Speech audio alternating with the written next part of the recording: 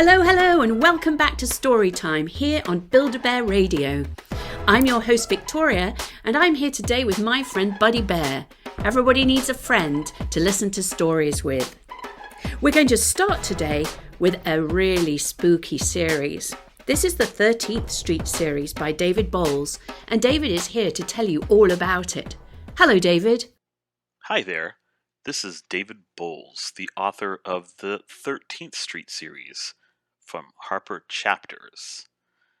My books, the first three of which have already come out this year in July, can be purchased at any bookstore, including your local indies, or online at Amazon, Barnes & Noble, etc. I'm going to be reading to you from the very first book in the series, called Battle of the Bad Breath Bats. Now, to understand the series a little, let me tell you that it's about three cousins, Malia, Ivan, and Dante, who live in a small Texas town called Nopalitos, and they are spending the summer with their aunt. And as they go to a municipal pool to have fun, they take a shortcut and are pulled into a spooky alternate world called 13th Street, where there are no exits. The street goes on and on forever, and there are monsters that they have to defeat. Ooh, spooky. So, I'm going to go ahead and read you now the first couple of chapters of the first book in 13th Street, Battle of the Bad Breath Bats. In the dream, Malia kept running and running. She was trying to beat the dark shadow that had blocked the sun. Something was coming for her. A cold wind blew her hair into her face. Then the smell of fresh tortillas and the sound of music woke her. Opening her eyes, Malia looked around the unfamiliar pink room. It took her a second to remember where she was. Aunt Lucy's apartment in the little Mexico neighborhood of Gulf City was much cooler than her family's home in the sleepy town of Nopalitos. She was spending the whole summer here. Yes, she whispered. She grabbed her cell phone from the nightstand and went to the living room. Oh, great. Almost forgot. She sighed at the two boys still asleep on the sofa bed. Her cousins, Ivan and Dante, unfortunately, were also spending the summer with Aunt Lucy, too. Hey, goofballs, Malia said. Get up already. Dante groaned. Oh, yes, boss. You got to be kidding, Ivan yawned. Shouldn't have stayed up late playing video games, Malia said. That was me, Dante said. Walking Brain here was reading a book. And you were texting your friends, Malia, Ivan said. Don't judge. She rolled her eyes and walked away. The boys followed behind her. The kitchen was colorful, full of clay pots and copper pans from Mexico.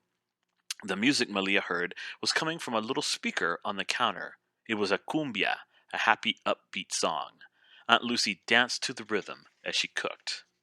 The last flour tortilla puffed up, steaming. Aunt Lucy grabbed it, spun around dramatically, and dropped it onto the plate. Good morning, sleepyhead, she exclaimed. Ready for a late breakfast and some summer fun? Malia smiled. Yes, please. The three of them sat at the table as Aunt Lucy served, singing the song under her breath. What's in the eggs? Ivan asked. Onion, tomato, chorizo, Aunt Lucy replied. Chorizo? Ivan seemed confused. It's sausage, Dante chuckled. He's not all that Mexican, Tia. Ivan's face went red. Not cool, Dante. Don't be embarrassed, mijo. We'll fix that soon enough. Aunt Lucy winked at Ivan, and he smiled. Thankfully, it turned out that Ivan liked chorizo just fine. The cousins ate everything on their plates. Orange juice helped wash it all down. Okay, Aunt Lucy said, clapping her hands together. There's a neighborhood water park, super close. Lots of fun stuff to do there. Pool, hot tub, high dive, and a water slide.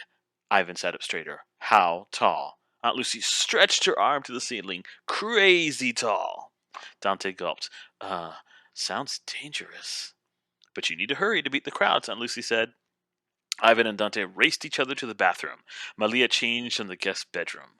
In a flash, they were ready, waiting by the front door. Now, it's not far, their aunt said, giving them detailed instructions. The slide rises up above the sign to the water park. Can't miss it. Wait, Dante said. He sounded worried. You're not coming? Oh, no, cutie. I've got a bunch of work to do. You three can handle this, right, Malia? Yes, her niece replied. They hurried out the door. Malia blinked. The sun was shining. The day was already getting hot. Then, out of nowhere, a cold gust of wind blew Malia's hair into her face. She shivered, remembering her nightmare. Chapter 2. A Shady Shortcut. Malia turned to her cousins, holding up her hand. Listen up, boys. I'm the oldest, so I'm in charge. Follow my lead. Ivan smiled. You're 2 months older than me. Big deal. I'm taller and smarter. Whatever. Malia turned to Dante, who was shorter and not as smart. Still, sometimes he acted a little stuck up. Any problem? Dante shrugged. Nope. You're the boss. He's the brain. Ivan laughed. What does that make you? The beauty, of course, Dante replied. Come on, slowpokes. We're wasting time, Malia said. Off they went. Ivan had decided to wear all his swimming gear because he liked to be prepared. I am ready, he shouted. Dante grinned. Time to show off these hazel eyes in the hot tub. Malia sighed at her weird cousins. As they headed down 11th Street, she patted the head of her yellow duck floaty. I'm going to float all afternoon. When I'm not speeding down the slide, I mean.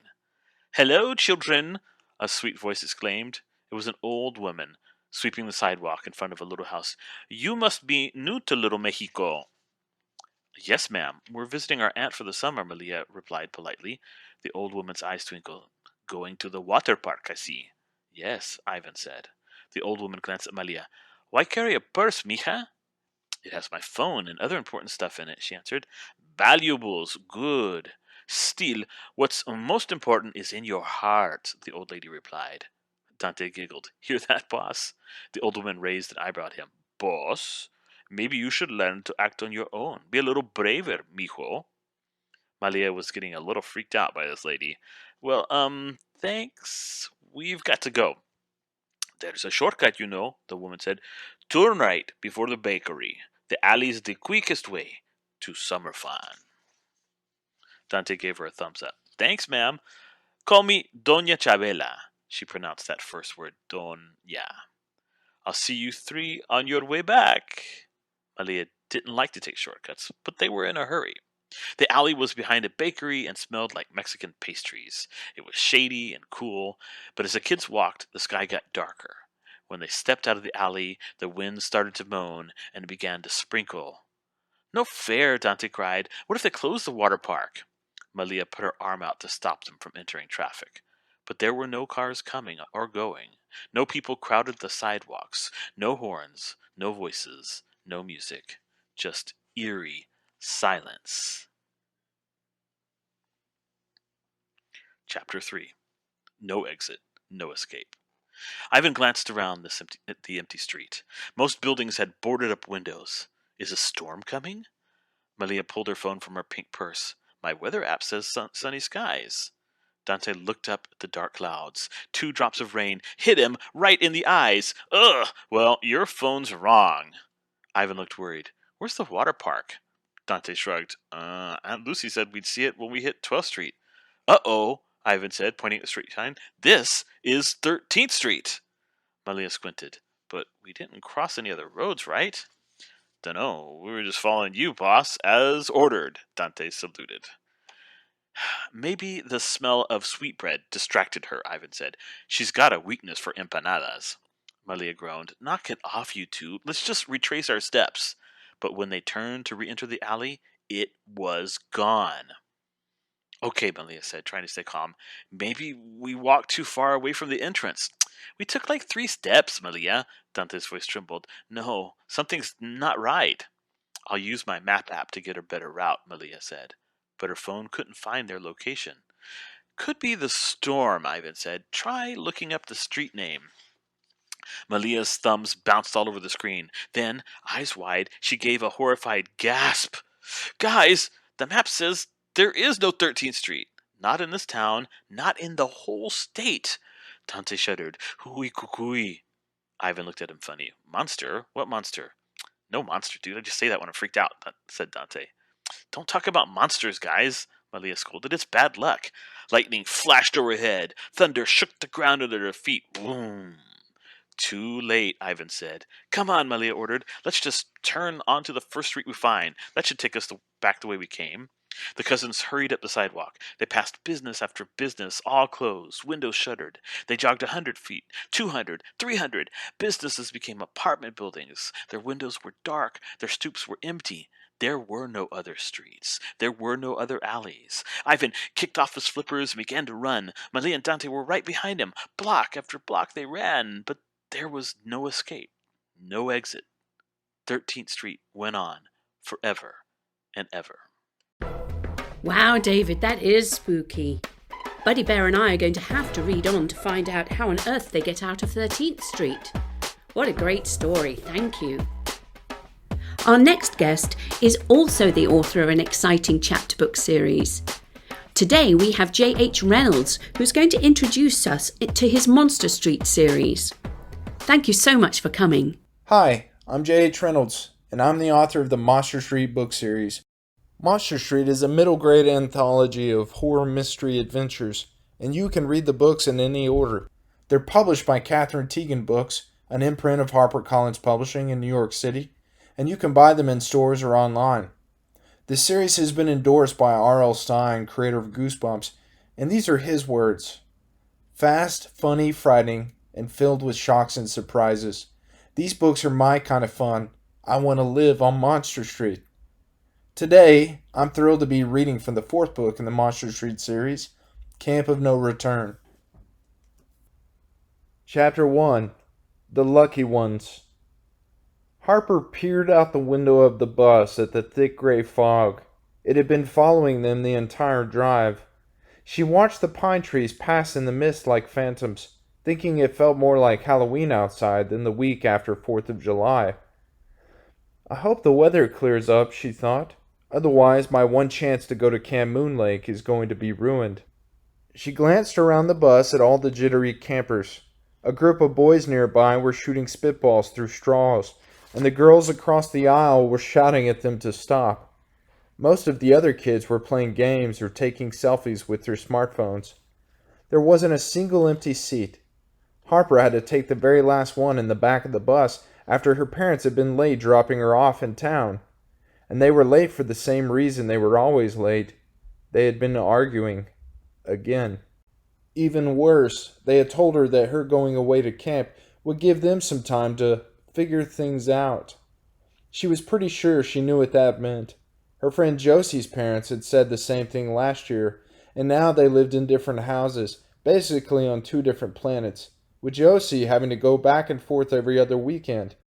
Josie had told Harper that the divorce felt like she had been abducted from the home she'd always known, and that she hadn't had a good night's sleep since. Needless to say, Harper was afraid the same thing would happen to her as soon as camp was over. "Have you ever been to Camp Moon Lake before?" the girl sitting next to Harper asked. She looked about 9, a few years younger than Harper, and was wearing pink bows in her pigtails. "No, first time," Harper answered, noticing that the thick lenses of the girl's glasses made her eyes look twice as big as they actually were. "I can't believe I got in," the girl said. "My cousin has applied every summer for the past 5 years and never made it past the first round of the lottery. She said it's the hardest summer camp in the world to get into." "When you really think about it, it does sort of feel like we won the golden ticket to Willy Wonka's chocolate factory," Harper mused aloud. "Exactly," the girl replied, then paused. I am kind of nervous, though. I've never stayed away from my parents overnight before." "There's nothing to worry about," Harper said, encouraging her. "Besides, you've already made one friend." The girl looked up at Harper and smiled. "Thanks," the girl said. "I'm Darla." "I'm Harper." "It's nice to meet you," Darla replied. "So what do you think we'll be doing all week? Everything's so top secret. I mean, my parents had to sign a form that promised I would never tell anyone what happens at camp, including them." Mine too, Harper said, pushing a strand of her dark hair behind her ear. I was surprised they signed it, but they were so excited that I had actually gotten in, they didn't seem to mind. We must be doing really fun out-of-this-world stuff, because the welcome letter said, "We guarantee that Camp Moon Lake will be the best week of your life." Just then, the boy sitting in front of them turned around. He had been writing in his notepad the entire drive, but apparently had also been eavesdropping on Harper and Darla's conversation. "My neighbor told me something about why the camp is so secretive," he said softly, taking a puff from his inhaler. His pale skin made him look like he hadn't seen the sun all summer. "What did your neighbor say?" Harper asked, thinking the boy reminded her of Edward Scissorhands. The boy glanced over his shoulder to make sure no one was listening. "Just that a bunch of kids were murdered at Camp Moon Lake a few years ago, but there was a giant cover-up so that the camp's reputation wouldn't be tainted and parents would still let their kids keep coming here." "Your neighbor probably made that up," Harper said, unsure if she could trust the boy. "I don't think so. He said it was a bloodbath, but they never found any of the bodies, just the blood." "Camp Moon Lake is supposed to be the most magical summer camp on Earth," Darla said, confused. "It says so in the brochure." "And you're just going to take the brochure's word for it?" the boy asked, challenging her. Darla was silent. She looked a bit horrified. The boy took another puff from his inhaler. "So you're telling us that someone was going around killing people with an axe or something and dragging their bodies off into the woods?" Harper questioned. The boy shrugged. "Maybe. All I know is I looked up the camp online, and there's mostly all new staff this year. Even weirder, there's absolutely no info about what goes on here. I mean, at some point through the years, some kid would have spilled the beans, but for some reason they haven't, or their tracks have been covered. And come to think of it, I've never actually met anyone who's been to Camp Moon Lake. Have you?" "If you really think that people were murdered here, then why did you come?" Harper asked. "My parents made me," he replied. "They said any kid in the world should be doing backflips to get to go to Camp Moon Lake, and that I was one of the lucky ones, whatever that means." He's right, Harper thought. No one in their right mind would turn down an invitation to come to Camp Moon Lake. Still unsure, Harper gestured to the boy's notepad. "Are you doing homework for summer school or something?" "Oh, this," he said. "It's just a new story I'm working on. I'm going to write books for a living when I grow up. Scary ones sell the best, so that's probably what I'm going for. I'm Brody, by the way." "I'm Harper, and this is Darla." Harper gave a wave, deciding the boy had made up the story about the camp murders and was just trying to scare her and Darla. It was then that Harper noticed something enormous looming out the front window of the bus. A giant wooden sign, held up by two massive pillars. The sign read, "Welcome to Camp Moon Lake, the most magical summer camp on Earth." As the bus drove beneath it, the fog swirled around the pillars. For a moment, Harper thought they were made of gold, but she decided it must have been the way the wood looked in the mist. "Wow," she thought. "If the entrance is that fancy, then what's the rest of the camp going to be like?" A few moments later, the bus stopped in the middle of the campground next to several wooded trailheads. All the kids, including Harper, pressed their hands and faces against the windows, trying to capture their first glimpse of Camp Moon Lake, but it was too misty to see anything. The bus driver called over the speakers. "Looks like fog is in the forecast for the rest of the week. We get a lot of it from the coast this time of year. Best if you all stick together when you're walking around the campground so you don't get lost." He pulled his hat lower over his eyes, then he stepped off the bus and disappeared into the mist. Harper didn't know why. Maybe it was Brody's story or the fact that she was feeling cold in the middle of summer, but the fog gave her an unsettling feeling, like it was hiding something dark and unfriendly. And that's when she saw a girl run out of the mist, covered in blood, screaming for her life. Well, that's a scary start to a book. Buddy Bear and I are going to have to read on to find out what's in that fog and to make sure that Harper and the girl are okay. The Monsterstreet series is full of exciting adventures, but we don't have time for any more today, I'm afraid. So until next week, it's goodbye from me, Victoria, and goodbye from Buddy Bear. Join us again for story time here on Build-A-Bear Radio.